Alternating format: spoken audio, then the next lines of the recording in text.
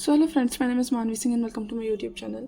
तो आज के वीडियो में हम एक्सरसाइज 1.1 ऑफ क्लास 9 स्टार्ट करेंगे आर डी शर्मा की।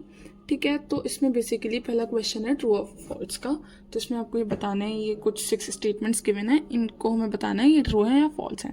तो पहला स्टेटमेंट वो बोल रहा है कि every whole number is a natural number. Whole numbers कौन से होते हैं? 0 से लेकर के इन्फिनिटी तक, और नेचुरल नंबर्स होते हैं 1 से इन्फिनिटी तक।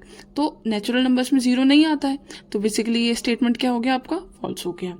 इसके बाद आता है every integer is a rational number. Every integer कौन से होते हैं? जितने पॉजिटिव नंबर, जितने नेगेटिव नंबर, और सारे नंबर्स में 0 भी इंक्लूड करते हैं हम। ठीक है, और रैशनल नंबर्स कौन से होते हैं? वो नंबर जिनको हम पी अपॉन क्यू की फॉर्म में लिख सकते हैं। तो रैशनल नंबर्स में इंटीजर्स ऑब्वियसली सारे ही आते हैं, तो ये स्टेटमेंट आपका हो गया ट्रू। इसके बाद आता है every rational number is an integer. इसने इस वाले स्टेटमेंट का बिल्कुल यहाँ पे ऑपोजिट पूछ लिया। इसने पूछा कि जितने भी रैशनल नंबर हैं वो सारे इंटीजर्स होते हैं। तो अब आप खुद बताइए, क्या 1/2 कोई इंटीजर है? क्योंकि इंटीजर कौन से नंबर होते हैं?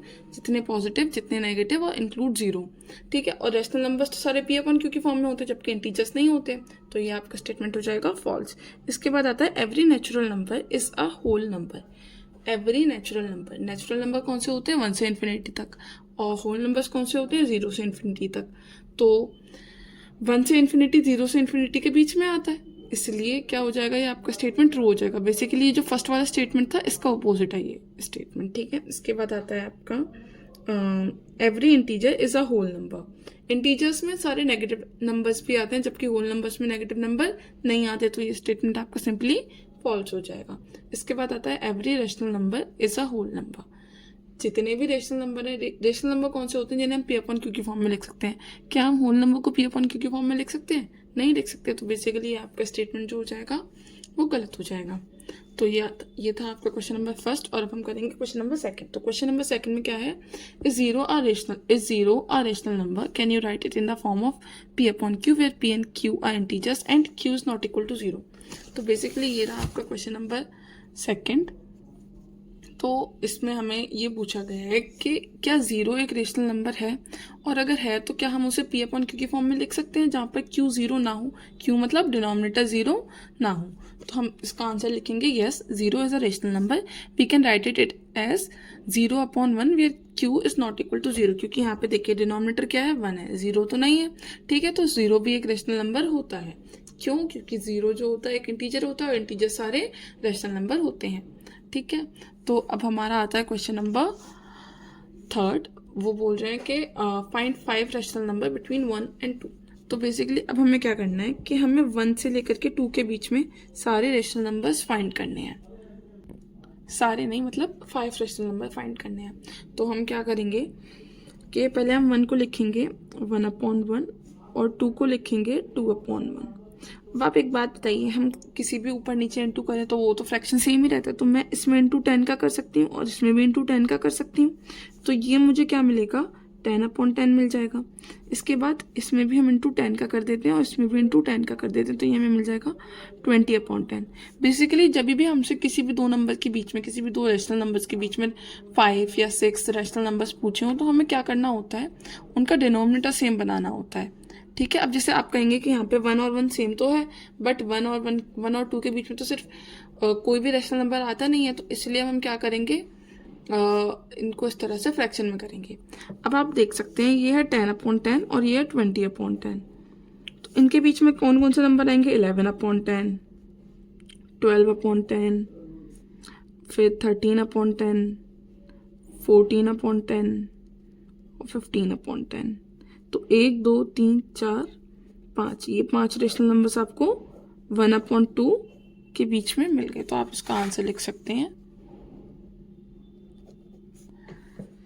11/10, 12/10, 13/10, 14/10 एंड 15/10। तो ये हो जाएगा आपका क्वेश्चन नंबर थर्ड। अब हम मूव करते हैं क्वेश्चन नंबर 4 की तरफ। तो क्वेश्चन नंबर 4 है आपका ये, find 6 rational number between 3 and 4। जैसे हमें उस वाले क्वेश्चन नंबर थर्ड में हमें 2 रैशनल नंबर 1 और 2 के बीच में 5 रैशनल नंबर फाइंड करने थे, इसमें हमें 6 रैशनल नंबर फाइंड करने हैं 3 और 4 के बीच में। तो अब हम क्या करेंगे? तो अब हम 3 को लिखेंगे 3/1 और 4 को लिखेंगे 4/1। अब क्या करते हैं, हमें डिनोमिनेटर सेम करते हैं। तो डिनोमिनेटर आप देख सकते हैं पहले ही 1 है, बट 3 और 4 के बीच में कोई और हमें होल नंबर नहीं मिल रहा है। तो अब हम क्या करेंगे, 3/1 का इंटू कर देंगे लेट्स से 8 में। ठीक है, तो आंसर हमें क्या मिलेगा, 3 8 सा 24 और 8 8 सा 24/8। यहाँ पर हम करते हैं इंटू, तो 4/1 का इंटू करते हैं 8 में, क्योंकि अगर हम 8 में नहीं करेंगे तो यहाँ डिनोमिनेटर डिफरेंट हो जाएगा और हम डिनोमिनेटर डिफरेंट नहीं चाहते हैं। तो अब ये आ जाएगा आपका 32 और अपॉन में 8। अब देखिए 24/8 से 32/8 तक हमें 6 रेशनल नंबर तो बहुत इजीली मिल जाएंगे। देखिए कैसे, 25/8, फिर 26/8, 27/8, 29/8, 30/8, 5 हो गए और ये 31/8। तो ये आपको 1 2 3 4 5 6 रेशनल नंबर मिल गए। तो यही आपका आंसर हो सकता है। आपका जो बुक में आंसर हो सकता है या फिर जो आप अपने खुद से आंसर निकालें वो थोड़ा डिफरेंट हो सकता है। क्यों? क्योंकि किसी भी दो रेशनल नंबर्स के बीच में infinite numbers of rational number होते हैं। तो अब हम चलते हैं अपने क्वेश्चन नंबर 5 की तरफ, जो कि हमारे इस एक्सरसाइज का लास्ट क्वेश्चन है। तो इसमें भी हमें क्या करना है कि हमें 5 रेशनल नंबर फाइंड करने हैं 3/5 एंड 4/5 के बीच में। तो अगेन अब हम 3/5 को देखिए, इसमें डिनोमिनेटर 5 5 सेम है, बट हमें क्या करना है, इसमें इंटू करना पड़ेगा। ठीक है, तो हम 3/5 में इंटू करते हैं लेट्स से 7 का। ठीक है, तो यहाँ पर हमें मिलेगा 21/35 और इसमें भी हम 7 का इंटू कर देते हैं। तो यहाँ पर हमें मिलेगा 4 7 सा 28 और यहाँ मिलेगा 35। ये 21/5 और ये 28/5। इसके बीच में हमें कौन से रेशनल नंबर लिखने हैं, 5 रेशनल नंबर लिखने हैं। तो हम लिख देंगे 22/35, 23/35, 24/35, 25/35, 26/35। तो ये हो जाएगा आपका आंसर। ऑल्दो ये आंसर भी आपका बुक से डिफरेंट हो सकता है, या जो आप आंसर खुद निकालो उससे भी डिफरेंट हो सकता है, क्योंकि यहाँ पर आप किसी भी नंबर का इंटू कर सकते हैं। बस आपको ये ध्यान रखना है कि जिस नंबर का इंटू आप न्यूमरेटर में करेंगे उसी नंबर का इंटू आपको डिनोमिनेटर में करना है।